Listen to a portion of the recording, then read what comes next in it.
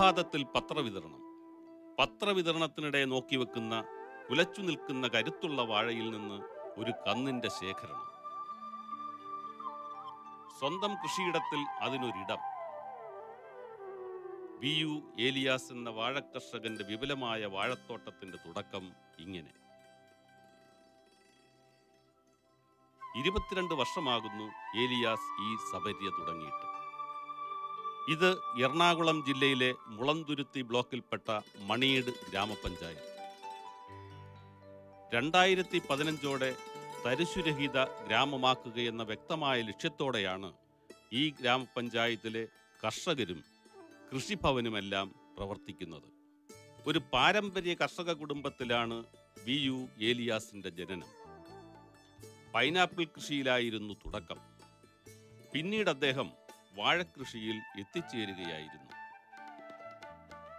കാർഷിക വായ്പയായി 5 ലക്ഷം രൂപയെടുത്ത് 2 ഏക്കർ പാട്ടഭൂമിയിൽ വാഴക്കൃഷി പരീക്ഷണാർത്ഥം നടത്തി നോക്കി. എൻ്റെ പിതാവ് മുതലേ ഞങ്ങൾ ഒരു കൃഷിക്കാരായിരുന്നു. കൃഷി രംഗത്തേക്ക് ഇറങ്ങിയിട്ട് ഇപ്പോൾ 22 വർഷമായി. ഈ 22 വർഷ കാലത്തിനിടയ്ക്ക് കൃഷി കൊണ്ട് ഓരോ കാലഘട്ടങ്ങളിലും എനിക്ക് കാര്യമായ നേട്ടങ്ങളൊന്നും ഉണ്ടായില്ല എങ്കിലും വ്യത്യസ്തമായ വിവിധ രീതിയിലുള്ള കൃഷി രീതികൾ ആലംബിക്കുന്ന കാരണം എനിക്ക് ശ്രേയസ്സല്ലാതെ വേറെ പിന്നോക്കാവസ്ഥയിലെത്തുന്ന ഒരു സാഹചര്യം ഉണ്ടായിട്ടില്ല. കാരണം ഞാൻ ആദ്യമായി 22 വർഷം മുമ്പ് തുടങ്ങിയ പൈനാപ്പിൾ കൃഷിയാണ്. 2012 മുതൽ ഞാൻ വാഴക്കൃഷിയിലേക്ക് ആകർഷണമായി. അത് ആകർഷണാൻ കാരണം ആരക്കുന്നം കനറ ബാങ്ക് മാനേജരുടെ ബേബി സെബാസ്റ്റിൻ്റെ ഒരു സ്ഥലം പാട്ടത്തിനെടുത്ത് കൃഷി ചെയ്യാനായിട്ട് അദ്ദേഹം എന്നെ പ്രേരിപ്പിച്ചു. കനറ ബാങ്കിൽ നിന്ന് കൃഷി വായ്പയ്ക്കായിട്ട് 5 ലക്ഷം രൂപ KCC അഡ്വാൻസ് തന്നിട്ടുണ്ട്. അപ്പോൾ പറഞ്ഞു ഏലിയാസിന് താല്പര്യം വാഴക്കൃഷിയിലേക്ക് വന്നുകൂടെ, അത് എടുത്ത് എൻ്റെ കുറേ സ്ഥലം കിടപ്പുണ്ട് പൂഞ്ഞാറാന്ന് പറഞ്ഞു. അവിടെ പോയി ഞാൻ വാഴക്കൃഷി ചെയ്തു. പാരമ്പര്യ അറിവിനൊപ്പം ശാസ്ത്രീയമായ കൃഷിരീതികൾ സമന്വയിപ്പിച്ചായിരുന്നു കൃഷി. ഇതിൽ വിജയം കണ്ടെത്തിയതോടെ ഈ കർഷകൻ മണിയീട് ഗ്രാമപഞ്ചായത്തിന്റെ വിവിധ ഭാഗങ്ങളിൽ പാട്ടത്തിന് ഭൂമിയെടുത്ത് വാഴക്കൃഷി വിപുലപ്പെടുത്തി.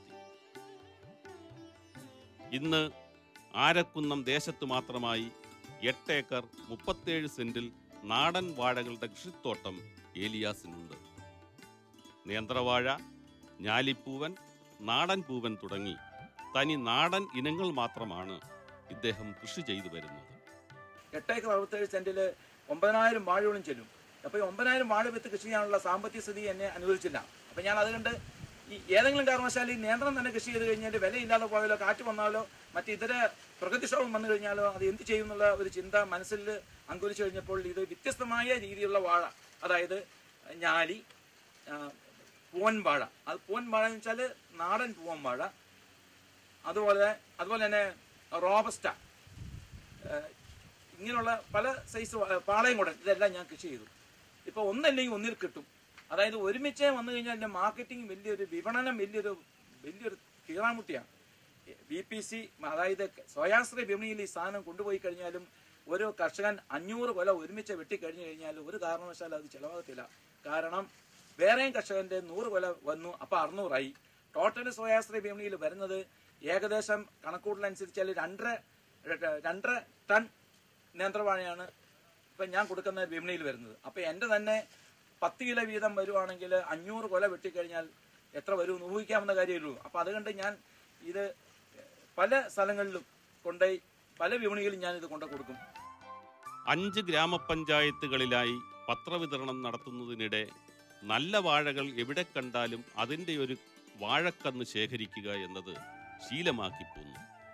ഇങ്ങനെ ശേഖരിച്ച വാഴക്കന്നുകളാണ് ഏലിയാസ് തൻ്റെ പറമ്പിൽ നട്ടുവളർത്തിയെടുത്തത്. ഇത് നാടൻ പൂവൻ വിത്താണ്. നാടൻ ഇത് നമ്മൾ മേട്ടുപ്പാളയൊക്കെ വാങ്ങിച്ചു കഴിഞ്ഞാൽ അതിൻ്റെ ഒരു നല്ലൊരു ക്വാളിറ്റി കിട്ടത്തില്ല. അപ്പോൾ ഇത് പ്രാചീനമായിട്ട് ഇത് കൃഷി ചെയ്ത പല സ്ഥലങ്ങളിൽ നിന്നും ഞാൻ വിത്ത് ശേഖരിക്കും. ഞാൻ മലയാള മനോരമയുടെയും അതുപോലെ തന്നെ എല്ലാ പത്രങ്ങളുടെയും ഏജൻസിയാണ്, മാതൃഭൂമി, ഇന്ത്യൻ എക്സ്പ്രസ് എല്ലാം. അപ്പോൾ പല ഭാഗങ്ങളിൽ കാണുമ്പോൾ നമ്മൾ വിത്തുകൾ കാണൂലേ, അപ്പോൾ അതിൽ നിന്ന് ഒരു വീട്ടിൽ ചെല്ലുമ്പോൾ നന്നായിട്ട് നിൽക്കും. ചേട്ടാ അത് വാഴ പിരിക്കുമ്പോൾ 2-3 കുഞ്ഞു തന്നെ എന്ന് പറയും. അങ്ങനെ പല ഭാഗങ്ങളിൽ നിന്ന് 8 പഞ്ചായത്ത് പത്രം കൊടുക്കുന്നുണ്ട്. അതായത് മുളന്തുരുത്തി, മണിയീട്, ആമ്പല്ലൂർ, എടക്കാട്ടുവിൽ, മേവള്ളൂർ. അപ്പോൾ ഇത്രയും പഞ്ചായത്തിൽ പോകുമ്പോൾ വാഴക്കൃഷിയുള്ള ധാരാളം കർഷകരെ കണ്ടുമുട്ടാറുണ്ട്. അപ്പോൾ അവർ 1, 2, 8, 10 വാഴ വിത്തുകൾ തരും. ആ വിത്തുകൾ ഞങ്ങൾ സമാഹരിച്ചുകൊണ്ട് ഇവിടെ പൂഞ്ഞാർ എന്ന് പറഞ്ഞ സ്ഥലത്ത്, അത് ഞാൻ പാട്ടത്തിനെടുത്തു, ലീസിന്. ആ ലീസിനെടുത്ത സ്ഥലത്താണ് ഇത് കൃഷി ചെയ്തു വരുന്നത്. അപ്പോൾ അതിൽ നിന്നുള്ള വിത്തുകൾ എല്ലാം കൂടി സമാഹരിച്ചിട്ട് മൊത്തത്തിൽ കളക്ട് ചെയ്തിട്ട് ഞാൻ ഇവിടെ 1200ഓളം പൂവൻ വാഴയും 4500 നേന്ത്രവാഴയും നട്ടു. നേന്ത്രവാഴയുടെ വിത്തുകൾ ഞാൻ സമാഹരിച്ചത് തൊടുപുഴയിൽ നിന്നാണ്. കൃഷിക്ക് തൻ്റേതായ പ്രത്യേക രീതി തന്നെ ഈ കർഷകൻ പിന്തുടരുന്നുണ്ട്. വാഴക്കുല പുറത്തു വന്ന് വിരിഞ്ഞു തുടങ്ങിയാൽ കുലയുടെ നേരെ എതിർവശത്തുള്ള കന്നിനെ മാത്രമേ വളരാൻ അനുവദിക്കുകയുള്ളൂ. ബാക്കിയുള്ളവ ചവിട്ടിയൊടിച്ചു കളയും. കുല വെട്ടുമ്പോൾ കന്നിന് 3 മാസത്തിലേറെ പ്രായമായിരിക്കും. വാഴത്തട അതുപോലെ നിലനിർത്തുന്നു. അതിൽ നിന്നും പോഷകാംശങ്ങൾ സ്വീകരിച്ചുകൊണ്ട് വാഴക്കന്ന് പെട്ടെന്ന് കരുത്തു നേടി 5.5 മാസം കൊണ്ട് കൊല വെട്ടാൻ പ്രാപ്തമാകും. ഓരോ കൂമ്പ് വരുമ്പോഴും 9 അടി അകലത്തിൽ 1.5 അടി താഴ്ചയിൽ മറ്റൊരിനം വാഴക്കന്ന് നടുന്നു. കുലവെട്ടി കുറച്ചു ദിവസങ്ങൾക്കകം തന്നെ പുതിയ വാഴയിൽ നിന്നും കുലവെട്ടാൻ കഴിയും. ഈ രീതിയിൽ എല്ലാ കാലവും വിൽക്കാനുള്ള വാഴക്കുല ഈ കർഷകന്റെ കൈകളിലുണ്ട്.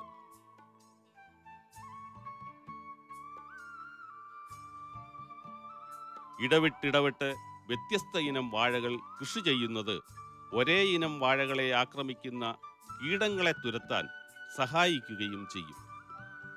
വാഴയുടെ ചുവട്ടിൽ നിന്നും ഇളക്കിയെടുക്കുന്ന കന്നുകൾ ഒരു ദിവസം ബോഡോ മിശ്രിതത്തിൽ മുക്കിവെച്ച ശേഷമാണ് നടാനായി ഉപയോഗിക്കാറുള്ളത്. ഏലിയാസിന്റെ കൃഷിത്തോട്ടങ്ങൾ മൂവാറ്റുപുഴയുടെ തീരത്തായതിനാൽ സമൃദ്ധമായി തന്നെ ജലവും എക്കലും ലഭിക്കുന്നു. അതിനാൽ കൂടുതൽ വളമൊന്നുമില്ലാതെ തന്നെ വാഴക്കൃഷി ചെയ്യാൻ സാധിക്കുന്നു. എനിക്ക് കിട്ടിയിരിക്കുന്നത് ഈ മൂവാറ്റുപുഴയാറിൽ നിന്നുള്ള വെള്ളമാണ്. ഈ മൂവാറ്റുപുഴയാറിൽ നിന്നുള്ള വെള്ളം ഇവിടെ നിന്ന് 14 പൈപ്പ് ഇട്ടിട്ടുണ്ട്. 30 മീറ്ററിൻ്റെ 14 3 2 520 മീറ്റർ പൈപ്പ് ഇട്ടിട്ടാണ് ഈ വെള്ളം ഇവിടെ വരുന്നത്. അപ്പോൾ ഒരു മോട്ടറിന് അടിച്ചായിട്ട് കയറിയില്ല. അപ്പോൾ ടാങ്ക് ഉണ്ട് ഇവിടെ 2000-ന്റെ 3000 ടാങ്ക് ഉണ്ട്. ആ ടാങ്കിൽ വെച്ച് കഴിഞ്ഞിട്ട് അടുത്ത മോട്ടറിന് വീണ്ടും പമ്പ് ചെയ്യും. ഇങ്ങനെയാണ് ഇത് ജലസേന സൗകര്യം ചെയ്യുന്നത്. ആഴ്ചയിൽ ഒരു നന കൊടുക്കാൻ പോലും ഇത്രയും പറമ്പിന് സാധിക്കുന്നില്ല. ഒരു നന പോലും കൊടുക്കാൻ സാധിക്കുന്നില്ല. കാരണം ഇത്രയധികം വാഴ ഉള്ള കാരണം ഒരു ഭാഗം ഇത് ഈ ബ്ലോക്കായിട്ട് തിരിച്ചിട്ടുണ്ട്. ABCD ബ്ലോക്കായിട്ട് തിരിച്ചിട്ടുണ്ട്. അപ്പം A ബ്ലോക്കിൻ്റെ നന കഴിഞ്ഞ് കഴിഞ്ഞാൽ പിന്നെ അടുത്ത സ്റ്റെപ്പ് Bയിലായിരിക്കും. B വന്നു കഴിഞ്ഞാൽ പിന്നെ Cയിലായിരിക്കും. എല്ലുപൊടി, ചകിരിച്ചോറ്, വേപ്പിൻ പിണ്ണാക്ക് തുടങ്ങിയ ജൈവവളങ്ങൾ ഇട്ട ശേഷമാണ് കന്ന് നടാറുള്ളത്. ജൈവവളങ്ങളുടെ പോഷണത്തിൽ 20 കിലോയ്ക്ക് മുകളിൽ തൂക്കമുള്ള വാഴക്കുലകളാണ് ഏലിയാസിന് ലഭിച്ചുകൊണ്ടിരിക്കുന്നത്. വെള്ളായണി കാർഷിക കോളേജ്, തിരുവനന്തപുരം, കായംകുളം, മണ്ണുത്തി തുടങ്ങിയ സ്ഥലങ്ങളിൽ കൃഷിഭവന്റെ നേതൃത്വത്തിൽ സംഘടിപ്പിക്കുന്ന സെമിനാറുകളിൽ കൃത്യമായി പഠിക്കാനെത്തുന്ന വിദ്യാർത്ഥി കൂടിയാണ് ഏലിയാസ്.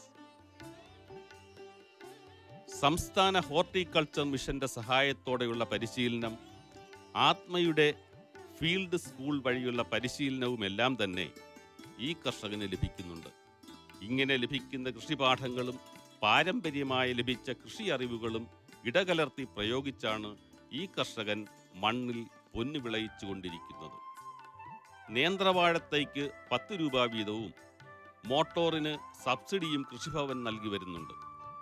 2015 മണിയുടെ പഞ്ചായത്ത് ഒരു ഭക്ഷ്യരഹിത ഗ്രാമം എന്ന ലക്ഷ്യത്തോടെ ആണ് മുന്നോട്ട് വരുന്നത്. അതിലേക്കുള്ള ഒരു പരിശ്രമത്തിൻ്റെ ഫലമായി കഴിഞ്ഞ 2-3 വർഷമായിട്ട് നെൽകൃഷിക്ക് വളരെയേറെ ഒട്ടനവധി പദ്ധതികൾ കൃഷി വകുപ്പിൻ്റെയും പഞ്ചായത്തിൻ്റെയും പദ്ധതികൾ കൂട്ടിയോജിപ്പിച്ച് കർഷകർക്ക് പരമാവധി ആനുകൂല്യങ്ങൾ നൽകിക്കൊണ്ട് പരമാവധി കൃഷിയിടങ്ങൾ കൃഷി ഇറക്കാനുള്ള ഒരു പദ്ധതിയാണ് വിവിധ പാടശേഖര സമിതികളുടെയും ഇടപെടൽ മൂലം നമുക്ക് സാധിച്ചത്. കഴിഞ്ഞ സാമ്പത്തിക വർഷം 2014 സാമ്പത്തിക വർഷം 15 ഹെക്ടർ തരിശു നിലമാണ് അധികം കൃഷിയാക്കാൻ സാധിച്ചിരുന്നത്. അപ്പോൾ ഈ 2 വർഷം 2013-14 2 വർഷം കണക്കെടുക്കുമ്പോൾ 20 ഹെക്ടറോളം അധികം നെൽകൃഷി ഇവിടെ ഇറക്കാൻ കഴിഞ്ഞു. അതൊരു വലിയ നേട്ടമാണ്. അതായത് ഇങ്ങനെ വെള്ളക്കെട്ട് മൂലം കിടക്കുന്ന പാടങ്ങൾ പാടശേഖര സമിതികളുടെ ഇടപെടലും അതുപോലെ തന്നെ വിവിധ മീറ്റിങ്ങുകൾ സംഘടിപ്പിച്ച് കർഷകരുടെ ഒരു കൂട്ടായ്മ ശ്രമത്തോടെയും അതുപോലെ തന്നെ തൊഴിലുറപ്പിൻ്റെയും ഫലമായിട്ട് ഈ 20 ഹെക്ടറോളം കൃഷി നമുക്ക് അധികം ഇറക്കാൻ സാധിച്ചു. അഗ്രികൾച്ചർ ടെക്നോളജി മാനേജ്മെൻറ്റ് ഏജൻസിയിലൂടെയും വിവിധ പരിശീലനം, അതായത് നമ്മുടെ ആത്മയുടെ ഫീൽഡ് സ്കൂളുകൾ വഴിയും കർഷകർക്ക് വിവിധ പരിശീലനങ്ങൾ കൃഷി വകുപ്പ് വഴി നേടിക്കൊടുത്തു. അപ്പോൾ ഇത്രയും പരിശീലന പരിപാടികൾ നൽകുമ്പോൾ ഒട്ടനവധി കർഷകരെ നമ്മൾ ഈ പ്രോഗ്രാമിലേക്ക് ആകർഷിച്ച് ഏത്തവാഴ കൃഷിയും മറ്റ് പച്ചക്കറി കൃഷിയും ചെയ്യാനുള്ള ഒരു പ്രോത്സാഹനം അവർക്ക് നൽകുകയാണ്. അപ്പം അത് തന്മൂലം ഈ സാമ്പത്തിക വർഷം തന്നെ കർഷകർ കൃഷിഭവനിൽ വന്ന് സമീപിച്ച് അവർക്ക് ഏത്തവാഴ കൃഷി ചെയ്യണം, പച്ചക്കറി കൃഷി ചെയ്യണം എന്നുള്ള ആവശ്യം ഉന്നയിച്ച് കഴിഞ്ഞ വർഷത്തേക്കാളും കൂടുതൽ ഏരിയ 5 ഹെക്ടർ ഏരിയ നമുക്ക് ഏത്തവാഴ കൃഷി ഈ വർഷം ചെയ്യാൻ സാധിച്ചു. അതുപോലെ തന്നെ പച്ചക്കറി കൃഷി 15 ഹെക്ടർ സ്ഥലത്തേക്ക് പച്ചക്കറി കൃഷി വ്യാപിപ്പിക്കാൻ നമുക്ക് സാധിച്ചു. അതിൻ്റെ എല്ലാം അടിസ്ഥാനം നമ്മുടെ പരിശീലന പരിപാടിയും കർഷകരുടെ വിവിധ കൂട്ടായ്മകളും കൂടെ യോജിപ്പിച്ചതിൻ്റെ ഫലമായിട്ടാണ് നമുക്ക് ഇത്തരത്തിലുള്ള സ്കീമുകൾ നടപ്പിലാക്കുന്നത്. കർഷകർ, അതുപോലെ തന്നെ കൃഷി ഡിപ്പാർട്ട്മെന്റ്, പഞ്ചായത്ത്, ഈ 3 സംവിധാനവും ഒത്തൊരുമിച്ചൊന്ന് മുന്നോട്ട് പോവുക വഴി വലിയ ഒരു മുന്നേറ്റം ഈ രംഗത്ത് ഉണ്ടാക്കാൻ കഴിയും. അങ്ങനെ കാർഷിക മേഖലയിൽ സ്വയം പര്യാപ്തതയും സമ്പൂർണ്ണതയും കൈവരിക്കുക എന്ന ഒരു വലിയ ലക്ഷ്യമാണ് ഞങ്ങൾക്കുള്ളത്. ഒപ്പം തന്നെ അത് പ്രവർത്തിക്കുന്ന ഒട്ടേറെ വലിയ പ്രോജക്റ്റുകൾ. ഇപ്പോൾ മണിയുടെ നെല്ലറയായി അറിയപ്പെടുന്ന മണിയുടെ പുഞ്ച എന്നറിയപ്പെടുന്ന പ്രദേശത്ത് അവിടുത്തെ നെൽകൃഷി വ്യാപനത്തിന് വെള്ളക്കെട്ട ഒരു പ്രശ്നം തന്നെയാണ്. അത് പരിഹരിക്കപ്പെടുവാൻ വേണ്ടി RKVയിൽപ്പെടുത്തി ഞങ്ങളൊരു പ്രോജക്റ്റ് ഗവൺമെന്റ് സമർപ്പിച്ചിട്ടുണ്ട്.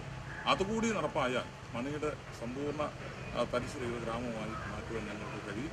അതിന് സഹകരിച്ചിട്ടുള്ള മുഴുവൻ കർഷകരോടും ഉദ്യോഗസ്ഥരോടും എല്ലാവർക്കും ഹൃദയമായ നന്ദിയാണ് ഈ അവസരത്തിൽ എനിക്ക് അറിയിക്കുന്നത്. വിഷാംശമില്ലാത്ത നാടൻ പഴങ്ങൾ ഉൽപ്പാദിപ്പിക്കാനും കാറ്റിനെ ചെറുക്കാനുമാണ് നാടൻ പൂവൻ വാഴ തന്നെ ഈ കർഷകൻ തിരഞ്ഞെടുത്തത്. സാധാരണ വാഴയുടെ വേരുകളേക്കാൾ 3 ഇരട്ടിയധികം വേരുകളാണ് നാടൻ പൂവൻ വാഴയ്ക്കുള്ളത്. അതിനാൽ തന്നെ തെങ്ങിനെപ്പോലെ മണ്ണിൽ ഉറച്ചു നിൽക്കാൻ ഇവയ്ക്ക് കഴിയുന്നു. ഇത് ഒരു പരിധിവരെ കാറ്റിനെ പ്രതിരോധിച്ചു നിൽക്കാൻ വാഴയ്ക്ക് സഹായകമാകുന്നു. കൃഷിക്ക് വേണ്ടി ദിവസം മുഴുവനും മാറ്റിവെക്കേണ്ടതില്ല എന്ന തിരിച്ചറിവ് ഔഷധശാല, ഫോട്ടോസ്റ്റാറ്റ് തുടങ്ങിയ മറ്റ് ആദായ മാർഗങ്ങൾ കൂടി സ്വീകരിക്കാൻ ഈ കർഷകനെ പ്രേരിപ്പിച്ചു. കൃഷിയെക്കുറിച്ചും വാഴക്കൃഷിയുടെ ഓരോ ഘട്ടത്തിലുമുള്ള പരിചരണ രീതികളെക്കുറിച്ചുമെല്ലാം മറ്റുള്ളവർക്ക് പറഞ്ഞു കൊടുക്കുന്ന ഉത്തമ വഴികാട്ടി കൂടിയാണ് ഏലിയാസ്. അതിനാൽ തന്നെ കേരളത്തിൻ്റെ പല ഭാഗങ്ങളിലുമുള്ള വാഴക്കർഷകരുടെ സംശയങ്ങൾക്കായി അദ്ദേഹത്തിൻ്റെ ഫോൺ എപ്പോഴും ശബ്ദിച്ചുകൊണ്ടേയിരിക്കും. ഏലിയാസിൻ്റെ ശക്തി അദ്ദേഹത്തിൻ്റെ സ്ഥിരം തൊഴിലാളികളാണ്. സുഹൃത്തുക്കളെപ്പോലെ കണക്കാക്കുന്ന ഇവരുടെ ആത്മാർത്ഥതയാണ് ഏലിയാസിൻ്റെ വിജയത്തിൻ്റെ ഒരു രഹസ്യം. എന്നോട് ആത്മാർത്ഥതയുള്ള പണിക്കാരെ വരും, ഒരു നിസ്സംശയം പറയാം. പിന്നെ എനിക്ക് ഈ പറമ്പിൽ ഈ വാഴ കൃഷി പറയുവാണെങ്കിൽ ഇത്രയും വാഴ ഒരുമിച്ച് കൊല വന്ന് കിടന്ന് വെട്ടാറായി കിടന്നു കഴിഞ്ഞിട്ട് ഒരു കുല പോലും ഈ പറമ്പിൽ നിന്ന് മോഷണം പോയിട്ടില്ല. സാധാരണഗതിയിൽ എത്ര വാഴ കൃഷിയാണ് 10% ഡിപ്രിസിയേഷൻ, 10% ആരെങ്കിലും കൊണ്ടുപോകും. സ്വയമേധ കള്ളന്മാര് നമ്മുടെ ജോലിക്കാർ ഒരു കൊല വന്ന് വെട്ടി വന്ന് അവിടെ വെച്ചേക്കുള്ളൂ. അതിന് ഞാൻ പറഞ്ഞാൽ അവർ കൊണ്ടുപോകുള്ളൂ. അല്ലെങ്കിൽ അവർക്ക് അവർ എന്നിട്ട് കാശ് കൊടുത്ത് പൈസ കൊടുത്ത് വാങ്ങുന്ന ആൾക്കാരാണ്. അതിലാണ് ഞാൻ അഭിമാനം. അപ്പൊ അതാണ് എൻ്റെ ഒരു കൃഷിയുടെ ഒരു വിജയം. കുഞ്ഞേട്ടൻ, ബിജു, കുറുമ്പൻ, ജോയി, ഉണ്ണി, കുട്ടൻ എന്നിവരടങ്ങിയ ഈ സംഘം ഏലിയാസിന്റെ അഭാവത്തിലും സാന്നിധ്യത്തിലും ഒരേപോലെ ജോലി ചെയ്യുന്നു.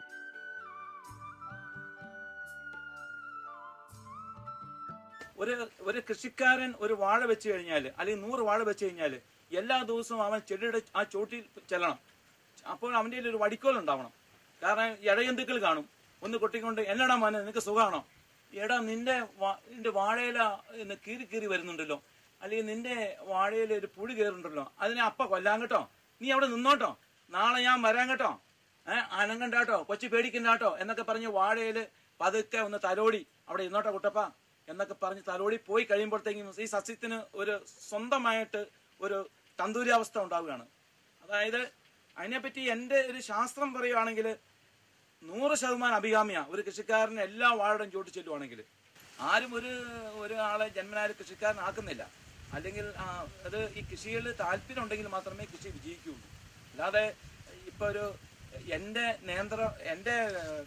നാടൻ പൂവിൻ്റെ വിത്ത് ഇവിടെ പലരും വന്ന് കൊണ്ടുപോകുന്നുണ്ട്. ഇത് കുഴിച്ചു വെച്ച് കഴിഞ്ഞാൽ അതുപോലെ ഉണ്ടാവുമെന്നുള്ള ഒരു ചിന്താഗതി വേണ്ട.